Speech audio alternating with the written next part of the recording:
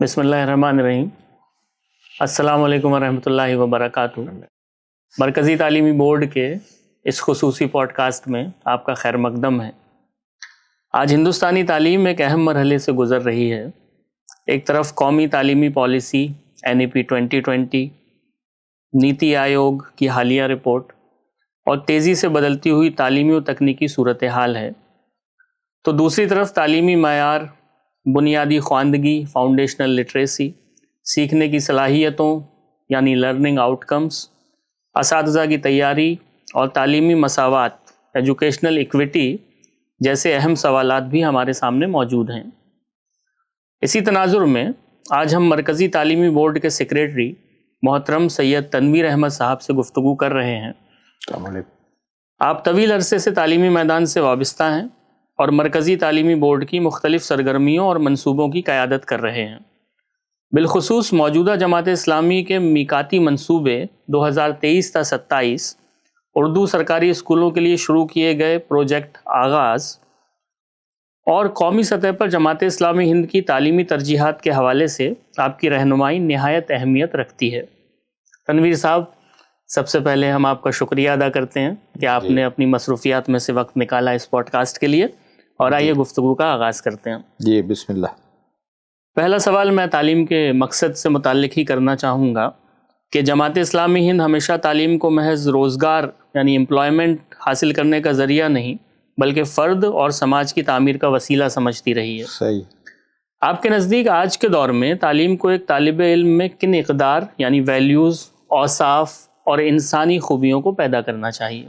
جی دیکھیے، جماعت اسلامی کا جو ایجوکیشن تصور ہے، تعلیمی تصور ہے، اس کو سمپلسٹ فارم میں اگر ڈسکرائب کیا جائے، کہا جائے تو اس طرح بیان کیا جا سکتا ہے کہ ہیومن بینگ کو، یعنی جو ہوموسیپینس ہیں، ہیومن بینگ کو مورل بینگ بنانے کا جو پروسیس ہے اس کو ہم تعلیم کہیں گے، اور یہ ہیومن بینگ سے مورل بینگ بنانے کے لیے جو انٹرنلائزیشن کیا جاتا ہے وہ تعلیم کا مقصد ہونا چاہیے۔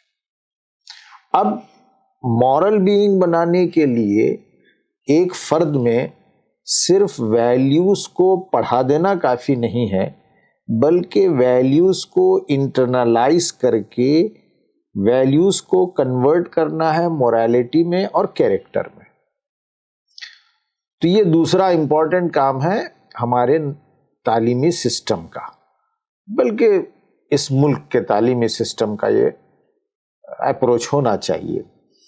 تو ویلیوز کو کیریکٹر میں کنورٹ کرنے کا جو کام ہے اس کو ہم کہیں گے مورل ایجوکیشن، اور اس ملک میں مورل ایجوکیشن پر گفتگو آزادی کے فوری بعد سے ہو رہی ہے۔ ڈاکٹر رادھا کرشنن نے بہت اچھے ریکمنڈیشن دیے ہیں اپنے کمیشن کی رپورٹ میں، اور اس میں انہوں نے یہ کہا کہ جو بیسک ہیومن ویلیوز ہیں، جسے کنسنشول ویلیوز کہا جاتا ہے، ان ویلیوز کو آپ انٹرنلائز کرائیں اسٹوڈنٹ میں۔ اور آج ہمارے دیش کا یہ سب سے بڑا چیلنج ہے، ہمارے اسٹوڈنٹ میں یہ ویلیوز جو کنسنشول ویلیوز ہوتے ہیں وہ پیدا نہیں ہو رہے ہیں۔ اسی میں سائنٹیفک ٹیمپر ہے، اسی میں ٹالرنس ہے، اسی میں ہارمونی ہے، اسی میں بردرہڈ ہے، اسی میں ایک دوسرے کو جاننے کا جذبہ ہے۔ تو یہ سارے جو کوالٹیز ہیں ایک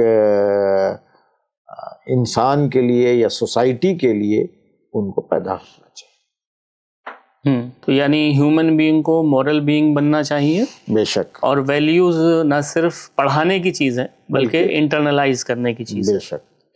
تو اسی سے میں اپنے دوسرے سوال کی طرف آتا ہوں جی کہ پہلے یہ شعبہ تعلیم تھا اور اب مرکزی تعلیمی بورڈ ہے۔ جی تو شعبہ تعلیم سے مرکزی تعلیمی بورڈ تک کا سفر ایک اہم تحریکی پیش رفت ہے۔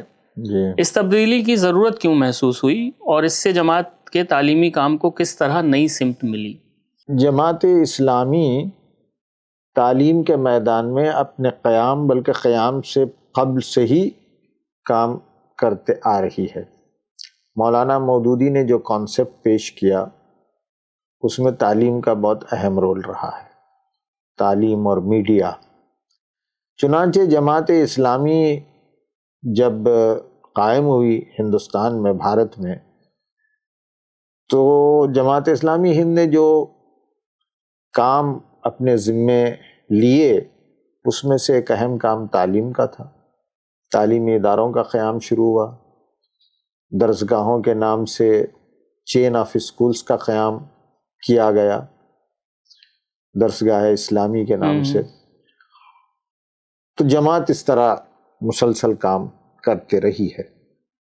تعلیم سے مراد صرف انسٹیٹیوشن کا قیام نہیں تھا، انسٹیٹیوشن کے ساتھ ساتھ ٹیچروں کی کیپیسٹی بلڈنگ کا کام کرتی رہی جماعت۔ ٹیچروں کی کیپیسٹی بلڈنگ کے لیے مناسب ٹولز چاہیے، تو اس کے لیے لٹریچر کی تیاری ہوئی، کتابوں کی تیاری ہوئی۔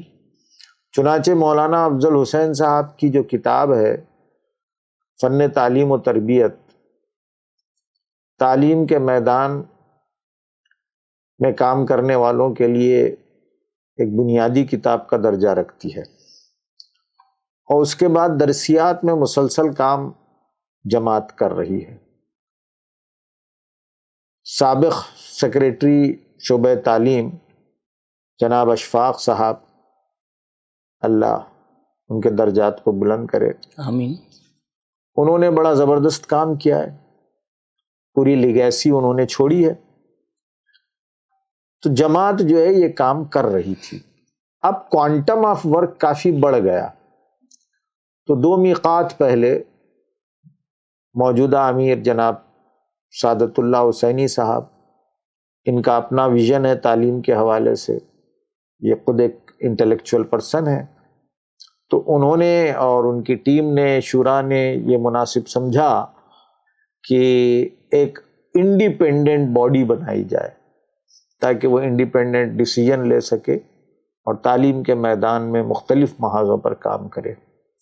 اس لیے ایک بورڈ قائم کیا گیا، اس کا نام رکھا گیا مرکزی تعلیمی بورڈ جماعت اسلامی ہند۔ اب یہ بورڈ مختلف 14 محاذوں پر کام کرتا ہے۔ اچھا جی، تو اگلا سوال میرا یہ ہوگا کہ جماعت اسلامی ہند کا جو میقاتی منصوبہ ہے جی، اب اپنے اختتامی مرحلے کی طرف بڑھ رہا ہے، جی، آپ گزشتہ 4 برسوں کی پیش رفت کو کس نظر سے دیکھتے ہیں، جی، اور اس دوران آپ نے کون سے اہم اسباق لیسنس سیکھے؟ دیکھیے یہ جو میقاتی منصوبہ ہے 4 سال کا ہوتا ہے، جی، تو 27 مطلب 26 25 23 سے شروع 24 23 سے 27 کا ہے نا، تو 4 سال کی پلاننگ کرتی ہے جماعت اسلامی، اور اس پورے منصوبہ، پالیسی اور پروگرام کا ایک حصہ تعلیم بھی ہوتا ہے۔ تو تعلیم میں 4 سال میں کیا اچیو کیا جائے، کیا ہم پیش رفت کریں، اس کی تفصیلات درج ہوتی ہیں، ڈیسائیڈڈ ہوتی ہیں۔ تو الحمدللہ ہم نے کافی اہداف حاصل کیے ہیں، لیکن ان 4 سالوں میں جو لیسنس ہم نے سیکھے ہیں، جیسا کہ آپ نے دریافت کیا، سب سے بڑا لیسن تو ہم نے یہ سیکھا کہ تعلیمی میدان میں اگر ہم کام کر رہے ہیں تو تعلیمی میدان میں کام کا مطلب صرف اسکول اور کالج اسٹیبلش کرنا نہیں ہے، بلکہ اہم کام یہ ہے کہ پورے ملت میں ایک تعلیمی کلچر کو پیدا کیا جائے، اور تعلیمی کلچر اسکول اور کالج کی 4 دیواری سے باہر گھروں میں جنم لیتا ہے، دیوان خانوں میں جنم لیتا ہے، آفیسز میں جنم لیتا ہے، مسجد میں پیدا ہوتا ہے، اور ملی اداروں میں پیدا ہوتا ہے، معاشرے میں پیدا ہوتا ہے، بلکہ گلیوں اور سڑکوں میں تعلیمی کلچر پیدا ہونا چاہیے۔ تو یہ ہم نے لیسن سیکھا کہ تعلیمی کلچر ہم پوری ملت میں پیدا کریں۔ جب تعلیمی کلچر ملت میں پیدا ہوگا تو اس کے نتیجے میں پھر معیار تعلیم اونچا اٹھے گا. اور معیار تعلیم کا مطلب یہ نہیں ہے کہ کتنے بچے کتنے رینک حاصل کیے، میٹرک میں کتنے بچے اعلیٰ درجات سے تعلیم حاصل کیے، GER کیا ہے، گراس انرولمنٹ ریشو، فلاں یہ سیکنڈری ہو جاتے ہیں. اصل چیز یہ ہو جاتی ہے پھر کہ آپ لٹریٹ ہوئے ہیں یا ایجوکیٹڈ ہوئے ہیں. تو ہمارا یہ تصور ہے کہ ہم ملت میں ایجوکیٹڈ لوگوں کو پیدا کریں نہ کہ لٹریٹ. یہ ایک اہم سبق ہم نے سیکھا ہے. لوگ ڈگری حاصل کر رہے ہیں لیکن ان کے اندر وہ لائف اسکلز نہیں ہے. چونکہ ہم لائف اسکلز نہیں سکھا رہے ہیں اس لیے ہمارے ادارے بڑے کمزور ہیں. اس لیے ادارے کمزور ہیں کہ ہمارے ادارے چلانے والوں کے پاس لائف اسکلز نہیں ہیں. ہمارے گھر کمزور ہو رہے ہیں، میٹریمونیل لائف کمزور ہو رہی ہے، اس لیے کہ ہم نے لائف اسکل نہیں سکھائی. ایجوکیشن بڑا ہے تو دوسری طرف طلاق کا ریشو بھی بڑا ہے. جبکہ ایجوکیشن بڑا ہے تو طلاق کا ریشو کم ہونا چاہیے. تو یہ کچھ ایشوز ہیں، لیسنس ہیں جو ہم نے سیکھے ہیں. ایک آخری بات، ایسے تو بہت سارے لیسن ہیں، ایک اور جو اسٹرانگ لیسن ہے وہ یہ کہ آزادی سے پہلے یا آزادی کے فوری بعد ملت تعلیمی ادارے قائم کرتی تھی، انجمن ہائے اسلام اور اس طرح ملت قائم کرتی تھی. لیکن ادھر چند سالوں سے ملت تعلیمی ادارے کم قائم کر رہی ہے. علی گڑھ مسلم یونیورسٹی، جامعہ ملیہ، یہ سب ملت کے ادارے تھے. بمبئی کا انجمن اسلام اور اس طرح اور بھی ادارے ہیں. لیکن اب ٹرینڈ یہ ہے کہ ملت کے بجائے انڈیویجولس ادارے قائم کر رہے ہیں. اور یہ دھارنا، یہ پرسپشن سماج میں جا رہا ہے کہ بھئی ملت ادارے نہیں چلا سکتی، فیل ہو رہے ہیں، لہٰذا اب انڈیویجولس چلائیں. تو اس میں ایک بہت بڑا فرق ہے. یہ کہنا کہ ملت کے ادارے فیل ہو رہے ہیں تو کیا AMU فیل ہوئی، کیا جامعہ ملیہ اسلامیہ فیل ہوا، کیا پھر دوسرے ملی ادارے انجمن اسلام فیل ہوئے؟ نہیں ہوئے. فیل ہو سکتا ہے مینجمنٹ میں تھوڑا سا وہ ایفیشینسی نہیں رہی ہوگی. تو یہ پرسپشن دینا کہ فیل ہو جائیں گے یہ غلط ہے. دوسرا، انڈیویجول جو ادارے ہوتے ہیں ان کا موٹیو تو زیادہ کمرشل ہوتا ہے، تو اس میں پھر وہ ملت کو کنٹریبیوٹ کرنے کا جذبہ تھوڑا سا کم ہوتا ہے. حالانکہ اس میں کچھ ایکسیپشنل کیسز ہو سکتے ہیں، میں نام نہیں لوں گا، بعض اداروں کا بڑا کنٹریبیوشن ہے. تو ہمیں اس بات کی طرف بھی توجہ کرنے کی ضرورت ہے کہ ملی تعلیمی اداروں کا قیام ہو، چھوٹے پیمانے پر ہی صحیح. مساجد سے اٹیچ تعلیمی ادارے قائم ہو رہے ہیں کئی جگہ. یہ ایک امپورٹنٹ لیسن ہے جو ہم نے سیکھا ہے.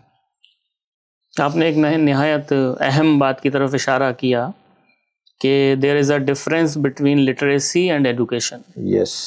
تو لوگ لٹریٹ ہو رہے ہیں لیکن ایڈوکیٹ نہیں ہو رہے ہیں، جس کی وجہ سے سماج میں اور ایجوکیشن میں ایک ڈسکنیکٹ محسوس ہوتا ہے. بالکل صحیح ہے. پھر آپ نے GER وغیرہ کی بات کی تو اس سے متعلق میرا اگلا سوال ہے کہ بہت ساری رپورٹس آتی ہیں جیسے پرکھ، نیس، اثر، اور ابھی حالیہ نیتی آیوگ کی ایک رپورٹ آئی ہوئی ہے. تو ان ساری رپورٹ میں طلبہ کی تعلیمی صلاحیتوں میں پائے جانے والے خلا کی نشاندہی کی جاتی ہے، لرننگ گیپس کی. آپ کے خیال میں اس تعلیمی بحران، ایجوکیشن کرائسس کی بنیادی وجوہات کیا ہیں، اور آگے بڑھنے کے لیے ہماری ترجیحات، پرائیورٹیز کیا ہونی چاہیے؟ بالکل صحیح ہے. یہ بہت سیریس مسئلہ ہے، چیلنج ہے.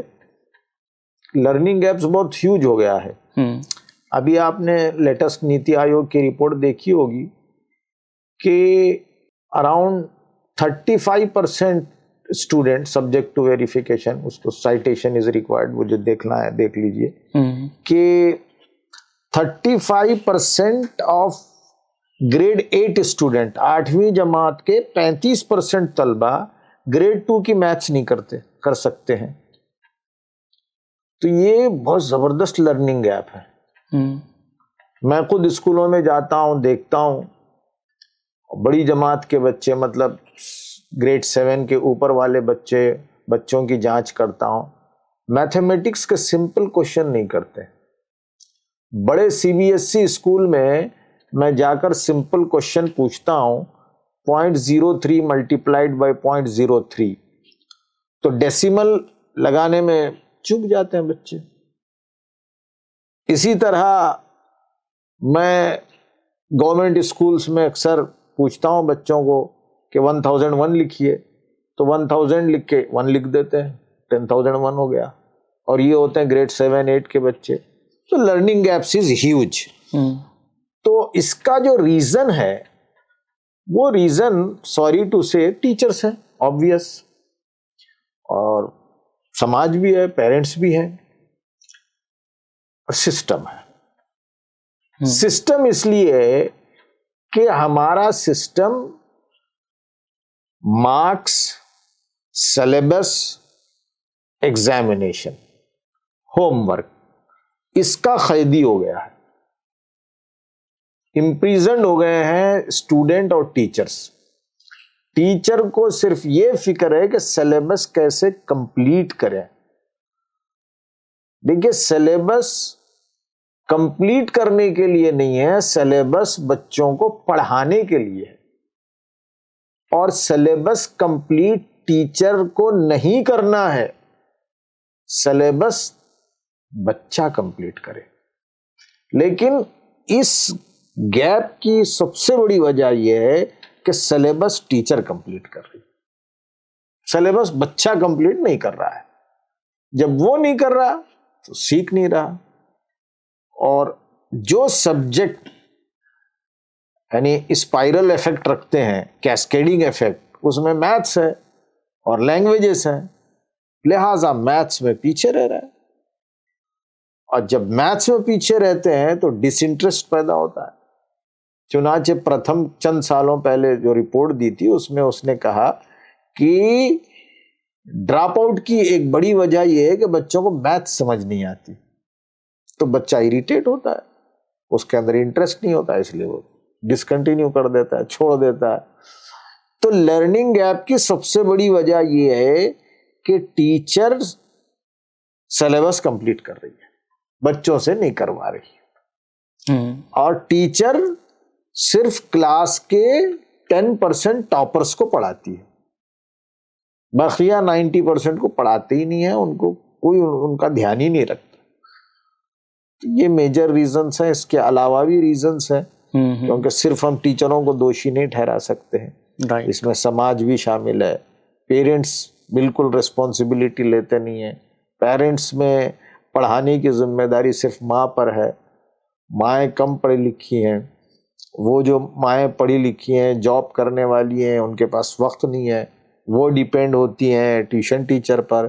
ٹیوشن ٹیچر کیا کرتی ہے؟ ٹیوشن ٹیچر کی ڈیوٹی ہے کہ ہوم ورک کمپلیٹ کر کے دے دو بچے کو، اور وہ ہوم ورک بچہ نہیں کرتا، ہوم ورک ٹیوشن ٹیچر کرتی ہے. تو ٹیوشن ٹیچر سیکھ رہی ہے، بچہ تو سیکھ ہی نہیں رہا. سو دس از کمپلیکس پرابلم. جی. تو ناظرین، فوڈ فار تھاٹ، ایک وکیڈ پرابلم ہے ایڈوکیشن کا کہ بچے نہیں سیکھ رہے ہیں، اور اس کی ذمہ داری ٹیچرز پر ہے، پیرنٹس پر ہے، اور سسٹم پر ہے. تو ہم اپنے تئیں غور کریں کہ ہمارا بچہ کلاس میں جب جا رہا ہے تو کیا واقعی وہ سیکھ رہا ہے؟ کیا اس کا ہوم ورک وہی کر رہا ہے؟ اور کیا ایز اے ٹیچر ہم سلیبس پہ زیادہ فوکس کر رہے ہیں بجائے چائلڈ سینٹرڈ ایجوکیشن پرووائڈ کرنے کے؟ اس کے ساتھ ہی میں آپ سے اگلا سوال پوچھنا چاہوں گا جی ریگارڈنگ NEP 2020. جی. تو NEP 2020 کو حالیہ برسوں کی ایک اہم ترین تعلیمی اصلاح کہا جا رہا ہے، ایجوکیشنل ریفارم. تو اقلیتی ادارے، مائنورٹی ایجوکیشنل انسٹیٹیوشنز، اپنی شناخت برقرار رکھتے ہوئے اس پالیسی سے کس طرح فائدہ اٹھا سکتے ہیں، اور اردو تعلیم کے لیے اس میں کون سے مواقع موجود ہیں؟ دیکھیے، پہلی چیز تو یہ ہے کہ یہ پالیسی ہے اور ظاہری بات ہے ہر پالیسی میں کچھ نہ کچھ لوپ ہولس ہوتے ہیں، پرفیکٹ کوئی پالیسی ہوتی نہیں، اس لیے پالیسی ریویو ہوتا ہے اور پالیسی بدلتے رہتی ہے. اور یہ بھی کہنا کہ یہ پالیسی انتہائی ماڈل ہے، اس سے پہلے ایسی پالیسی نہیں آئی، یہ میں سمجھتا ہوں کہ زیادہ فیئر نہیں ہے. اس سے پہلے جو پالیسیاں بنی ہیں، ڈاکٹر رادھا کرشنن کمیٹی کی جو پالیسی انہوں نے فریم کی تھی وہ، پھر اس کے بعد 60s میں جو بنی، اور بہت سارے مدلیار وغیرہ کی، شاندار کام ہوئے ہیں ماضی میں، اور اسی کا یہ کنٹینیویشن ہے.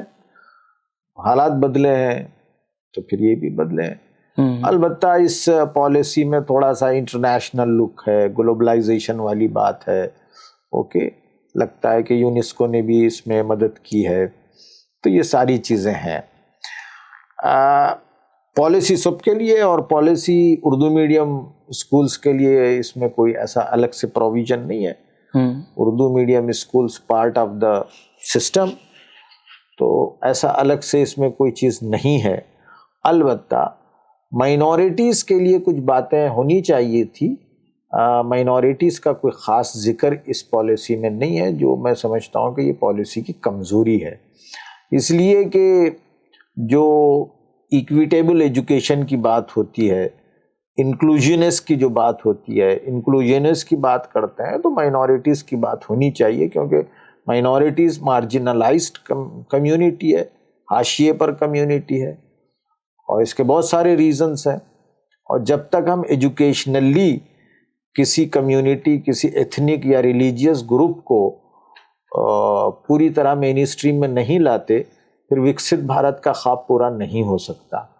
تو اس لحاظ سے پالیسی کو یہ چاہیے تھا کہ وہ مائنورٹیز کے لیے کچھ الگ سے پروگرام ترتیب دیتی، پالیسی بناتی، لیکن انفارچونیٹلی نہیں بنائی. ایک بڑے چنک کو، 15% کے چنک کو انہوں نے اگنور کر دیا ہے. بہرحال آنے والے برسوں میں ہم سمجھتے ہیں کہ اس پر غور کیا جائے گا. آپ نے اردو میڈیم اسکولس کی بات کہی. Urdu medium schools mostly minorities کے ہوتے ہیں یا مائنورٹی رن انسٹیٹیوشن. ان کے لیے کوئی خاص اس میں بات نہیں کہی گئی ہے. ان کو بھی ایز یوزول اسکولس کے طور پر کنسیڈر کیا گیا ہے. میں یہ سمجھتا ہوں کہ پالیسی میں ان اسکولوں کے متعلق کچھ بات ضرور ہونی چاہیے، اور چونکہ education is a state matter, concurrent list میں ہوتا ہے، تو اسٹیٹ گورنمنٹ جو ہے خاص طور پہ مائنورٹی انسٹیٹیوشن کے لیے کچھ الگ سے پالیسی وضع کرنا چاہیے، یا پھر ایسے انسٹیٹیوشن جو مائنورٹی کانسنٹریٹڈ ایریاز میں ہوتے ہیں ان کو چند ریلیکزیشن ملنا چاہیے. فار ایگزامپل میرا یہ ہمیشہ سے مطالبہ رہا ہے حکومتوں سے کہ Muslim population, majority of Muslim population وہ گھیٹوز میں رہتی ہے، وہ سلمس میں رہتی ہے. تو آپ ایسے گھیٹوز اور سلمس کو آئیڈینٹیفائی کریں، اور وہاں اگر گورنمنٹ اسکول ہے تو اس کو ہم اس کے استر کو، اس کے اسٹینڈرڈ کو بڑھانے کی کوشش کریں. اگر گورنمنٹ اسکول نہیں ہے، پرائیویٹ اسکول ہے، مائنورٹیز کا کوئی سنستھا چلاتی ہے، ٹرسٹ چلاتا ہے، تو اس کو کچھ ریلیکزیشن دیں. ریلیکزیشن سے مراد، اب اس سلم ایریے میں تو پہلے جگہ ہوتی نہیں، اسپیس کا پرابلم ہوتا ہے. اب وہاں گورنمنٹ کہتی ہے کہ صاحب آپ 1 ایکڑ زمین شو کیجئے. اب اتنے سلم میں 1 ایکڑ لینڈ رہی تو وہ تو ڈیولپ کرے گا، کوئی چیز سوسائٹی بنا لے گا اور خوب کمائے گا. تو وہاں جو لینڈ کا ریکوائرمنٹ ہے اس کو گھٹا دینا چاہیے، اور چند اور پیرامیٹرز ہیں اس کو کچھ کم کر دیں. پھر اسی طرح ویسے ایریا میں ٹیکس میں کٹوتی دیں، بجلی میں آپ ریلیکزیشن دیں، پانی میں ریلیکزیشن دیں. تو یہ کچھ چیزیں ہیں. اگر گورنمنٹ ہماری ویلفیئر ہے اور مائنورٹیز کے ایجوکیشن کے سلسلے میں سیریس ہے تو اس طرح کی پالیسی بننا چاہیے. جی. تو ہماری ایجوکیشن پالیسی مائنورٹی کو فوکس کرتے ہوئے کوئی الگ سے بات نہیں کہتی، لیکن این ای پی نہیں کہتی. ہاں، بعض اسٹیٹ گورنمنٹس میں ہے، جی، ہم ٹوٹلی رول آؤٹ نہیں کر سکتے ہیں. بعض اسٹیٹ گورنمنٹ میں ایتھنک اور ریلیجیس مائنورٹیز کے لیے ریلیکسیشن ہے, کچھ کمپوننٹس ہیں, کچھ چیزیں ہیں. رائٹ. جی. تو مرکزی تعلیمی بورڈ جو ہے ابھی حالیہ اس نے ایک پروجیکٹ شروع کیا ہے, پروجیکٹ آغاز. بالکل. اس کے متعلق میں یہ پوچھنا چاہتا ہوں کہ اس پروجیکٹ کا جو منصوبہ ہے اس کی انسپریشن کہاں سے ملی, محرک کیا تھا, اور آئندہ چند برسوں میں آپ اس کے ذریعے کون سی تبدیلی دیکھنا چاہتے ہیں؟ کہ جتنے پروگرام ہیں وہ سارے کے سارے باہمی مشورے سے ہوتے ہیں. تعلیمی بورڈ کی اپنی ایک ایگزیکٹو کونسل ہے, تو ایگزیکٹو کونسل 4 سال میں ایک دفعہ اپنا پورا پروگرام وضع کرتی ہے. تو پچھلے 4 سالہ پروگرام کے لیے جب برین اسٹارمنگ سیشن چل رہا تھا, اس وقت یہ مشورہ کسی ایک ایگزیکٹو ممبر کی طرف سے آیا تھا, مجھے نام فی الوقت ذہن میں نہیں آ رہا ہے. تو انہوں نے یہ پروپوز کیا تھا, تو اس کو ساروں نے پسند کیا اور الٹیمیٹلی اس کو انکارپوریٹ کر لیا گیا. یہ پروگرام یوں ہے کہ اردو گورنمنٹ اسکولز کے اسٹینڈرڈ کو اونچا کرنے کے لیے ہمارا پارٹیسپیشن ہو اس میں. اوکے, گورنمنٹ بھی چاہ رہی ہے, گورنمنٹ نے ابھی اسکیم بھی شروع کی ہے بہت سارے, اس میں سے ایک ودیانجلی ایک اسکیم ہے, ودیانجلی پورٹل ہے, اس میں جائیں رجسٹر کریں اور اسکولز کو ہیلپ کریں. ٹیچ فار انڈیا ہے private sector N G Os کے سیکٹر میں, اس طرح اور بھی بہت سارے این جی اوز ہیں جو کام کر رہے ہیں. تو اسی طرح کی ہم نے ایک این جی او بنائی ہے ہولسٹک ایجوکیشن ٹرسٹ کے نام سے. یہ رجسٹرڈ این جی او ہے. ہولسٹک ایجوکیشن ٹرسٹ کے تحت ہم دیش میں پھیلے 100 اسکولوں کو پہلے لیں گے, اردو میڈیم اسکولوں کو, اور اس کے اسٹینڈرڈ کو اونچا اٹھانے کی کوشش کریں گے. اس لیے کہ ایجوکیشن میں گورنمنٹ جتنا کنٹریبیوٹ کر سکتی ہے پرائیویٹ سیکٹر نہیں کر سکتا ہے. بہت کاسٹلی ہو چکی ہے ایجوکیشن, اور ایک بڑا طبقہ جو بالکل غربت کی ریکھا کے نیچے زندگی گزار رہا ہے وہ کیسے پڑھائے گا آج کل. اور وہ ایسپریشنز ہیں ان کے, تو ان کے ایسپریشن کو ایک طرف رکھیں اور ادھر گورنمنٹ اسکولز کو دیکھیں, تو گورنمنٹ اسکولز کا اسٹینڈرڈ بہت کمزور ہے. تو ہم نے چاہا کہ ہمارا پارٹیسپیشن ہو. ہم گورنمنٹ اسکولز میں پہلے مرحلے میں ایف ایل این پہ توجہ کریں گے. ایف ایل این مطلب فاؤنڈیشن لٹریسی اینڈ نیومریسی. تو وہاں کے بچوں کو ہم زبان سکھائیں گے, اس کے بعد میتھ سکھائیں گے. زبان امپروو کر دیں گے بچے کی, وہ لکھنا جان جائے گا تو پھر وہ رٹا نہیں لگائے گا. بچے رٹا اس لیے لگاتے ہیں کہ ان کو لکھنے نہیں آتا ہے. ونس وہ اسٹرکچر کرنے لگے سینٹینس تو پھر رٹا لگانا بند کریں گے اور پڑھنا شروع کر دیں گے. اسی طرح میتھمیٹکس سمجھ آ جائے تو وہ پھر انجوائے کریں گے. میتھمیٹکس از اے فن, لیکن اس کو فن کے طور پہ پیش نہیں کیا جا رہا ہے. تو یہ ہمارا ایک چھوٹا سا پروجیکٹ ہے, لیکن ایمبیشیس ہے. ہم امید کرتے ہیں کہ عوام کے تعاون سے, اردو لورز کے تعاون سے, اور وہ جو ایجوکیشن کے میدان میں کچھ کام کرنا چاہتے ہیں ان سب کے تعاون سے, it is a public effort venture, اور ہم گزارش کرتے ہیں کہ لوگ ہمارے اس پروجیکٹ میں آئیں, ساتھ دیں انشاءاللہ.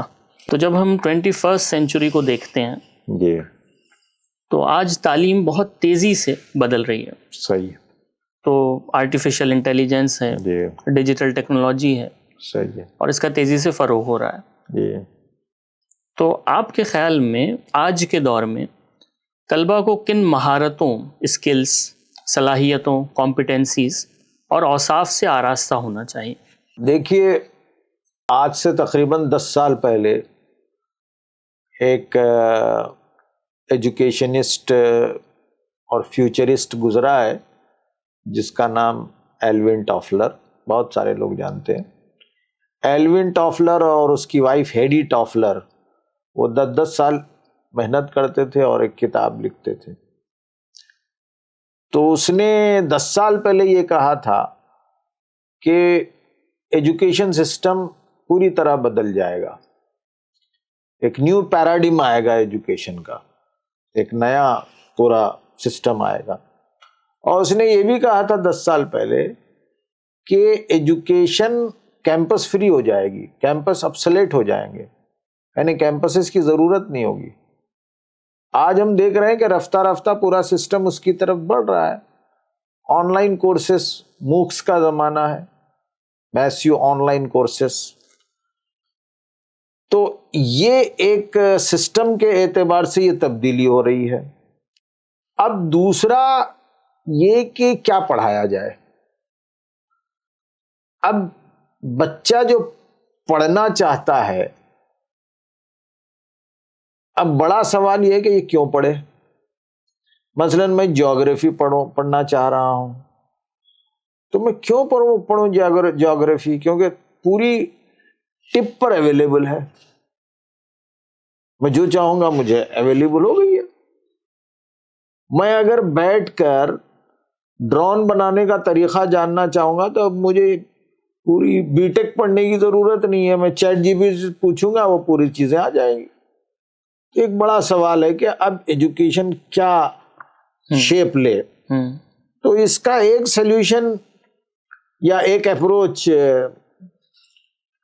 میٹا نے اور مختلف آرگنائزیشنز نے پیش کیا ہے، وہ یہ کہ اب 21st سینچری میں اسٹوڈنٹس کو 17 اسکلس سکھانے کی ضرورت ہے. اوکے. 17 اسکلس میں لرننگ اسکلس ہیں، لٹریسی اسکلس ہیں، اور پھر لائف اسکلس ہیں. 3 کیٹیگری میں ڈیوائڈ کیا گیا. اس میں کریٹیوٹی ہے کہ آپ کس طرح چیزوں کو نئے کریٹ کریں، اور بینجامن بلومس کی جو پوری لرننگ پیرامڈ ہے اس میں 6 پوائنٹ ہیں. Lower order thinking, higher order thinking. Higher order thinking کا جو پینیکل ہے وہ کریٹیوٹی ہے. تو اس طرح 21st سینچری اسکلس میں کریٹیوٹی ہے. کریٹیکل تھنکنگ ہے، بھئی بچے کو غور کرنا سکھائیں. کوئی اسٹیٹمنٹ دے رہا ہے یوں ہی نہیں لے لے. اسلام تلوار کے ذریعے پھیلا ہے تو بچہ ایکسیپٹ نہ کرے، اس کی کریٹیکل تھنکنگ ہو. کیا تلوار کے ذریعے اتنی بڑی آبادی ممکن ہے؟ جب پھیلا تھا تو اب کیوں نہیں پھیل رہا؟ اب پھیل رہا ہے تو کیا آج کے بھی کارن وہی ہیں؟ تو اس طرح کریٹیکل تھنکنگ کے ذریعے بچہ جو ہے اپنے جوابات کو تلاش کرے، یہ کہا گیا. اس کے بعد کریٹیکل تھنکنگ کے بعد کمیونیکیشن از ویری امپورٹنٹ. اب تو کمیونیکیشن پوری ہماری ہیمپر ہو رہی ہے. جب سے چیٹ جی پی ٹی آ گیا ہے، ہم ایک جملہ صحیح نہیں لکھ سک رہے ہیں، لیکن کہا گیا کہ آج بھی آپ کو کمیونیکیشن اسکل کی ضرورت ہے. اور کمیونیکیشن اسکل صرف ٹیکسٹ لکھنے سے متعلق نہیں ہے. دا وے ہاؤ یو اسپیک وہ بھی اس میں شامل ہے، یور باڈی لینگویج. تو یہ ساری چیزیں کمیونیکیشن میں ہیں. کریٹیکل تھنکنگ، کمیونیکیشن اور کریٹیوٹی، یہ کچھ ہیں. پھر اسی طرح میڈیا کا نالج ہونا چاہیے. پھر آپ کو لائف اسکلس کے بارے میں ہونا چاہیے. لائف اسکل میں کہا گیا کہ آپ کے اندر فلیکسیبلٹی ہو. آپ گلوبل سٹیزن بنتے ہیں تو دوسروں کو جاننے کا آپ کے پاس مادہ ہو، دوسروں سے تعلقات پیدا کریں تو آپ گلوبل سٹیزن بنتے ہیں. تو یہ سب سکھانا ہے. لیکن عملاً کچھ اور ہو رہا ہے کہ آپ کا نام پوچھ کے آپ سے دور ہٹا جا رہا ہے. آپ کا نام پوچھ کے دور میٹرو میں اسپیس دے کے بیٹھا جاتا ہے. تو یہ سب ختم ہونا ہے اس ایجوکیشن کے ذریعے. تو یہ نئی سیکھ ہے. جی. تو ناظرین، یعنی ایجوکیشن جوڑنے کا کام کرے، نہ کہ توڑنے کا. اور ہمارا بچہ جو اسکول جا رہا ہے، کیا اس کے اندر یہ سارے سیز جو ابھی سر نے بتائے، کمیونیکیشن، کریٹیکل تھنکنگ، کریٹیوٹی، یہ سب اس کے اندر پیدا ہو رہا ہے یا نہیں ہو رہا ہے؟ یہ بھی ہمارے لیے سوچنے کا مقام ہے. تو اب ہم اختتام کی جانب بڑھ رہے ہیں. میرا آخری سوال آپ سے یہ ہوگا کہ جب ملک وکست بھارت 2047 وکست بھارت بائی 2047 کے ہدف کی طرف بڑھ رہا ہے، تو آپ کے خیال میں آئندہ 2 دہائیوں میں مرکزی تعلیمی بورڈ کا بنیادی مشن کیا ہونا چاہیے اور وہ قومی تعلیمی ترقی میں کس طرح مؤثر کردار ادا کر سکتا ہے؟ دیکھیے مرکزی تعلیمی بورڈ الحمدللہ اپنا کردار ادا کر سکتا ہے والی بات نہیں ہے، اپنا کردار ادا کر رہا ہے، اور ہم ایجوکیشن میں وکست بھارت کے جو ایسپریشنس ہیں اس اہداف کو حاصل کرنے کی ہم بھی کوشش کر رہے ہیں۔ ہماری خواہش بھی ہے کہ ہمارا سماج اونچا اٹھے، سماج میں تبدیلی آئے، اور سماج میں ایجوکیشن عام ہو، سائنٹیفک ٹیمپر آئے، اوکے، لوگوں کی کے اندر ویلیوز انٹرنلائز ہوں۔ تو یہ ہے، تو ہم بائی 2047 ایجوکیشن کے میدان میں ہمارے جو اہداف ہیں اس میں ایک بڑا ہدف یہ ہے کہ ہم لٹریسی کے بجائے لٹریٹ لوگوں کو، نئی جنریشن کو لٹریٹ کرنے کے بجائے ایجوکیٹڈ کریں، نمبر ایک چیز۔ نمبر دوسری چیز، ہم جو 21st سینچری اسکلس ہیں وہ بچوں میں پیدا کریں، اس کے لیے ہم کوشش کر رہے ہیں۔ نمبر تیسری چیز، آج کا بڑا اہم چیلنج سسٹینیبل گولز کو حاصل کرنا ہے۔ UNO نے بھی یہ پروپوز کیا ہے، ہم نے اس پر بھارت سگنیٹری ہے۔ تو وہ جو سسٹینیبل گولز ہیں، سسٹینیبل گولز کو حاصل کرنے کے لیے اسٹوڈنٹس کو تیار کریں، یہ تیسرا لکش ہے۔ چوتھا ہمارا کام یہ ہے کہ ہم ایجوکیشن میں کوالٹی کو لائیں۔ ہمارے پاس ایجوکیشن تو ہے لیکن کوالٹی ایجوکیشن نہیں ہے، استر بہت کمزور ہو گیا ہے۔ ہمارے پاس یونیورسٹیز، انٹرنیشنل یونیورسٹیز کے رینک میں بہت کم ہیں۔ ہمارے پاس ریسرچ کے لیب اس اسٹینڈرڈ کے نہیں ہیں جہاں پہ ریسرچ کی جا سکتی ہے۔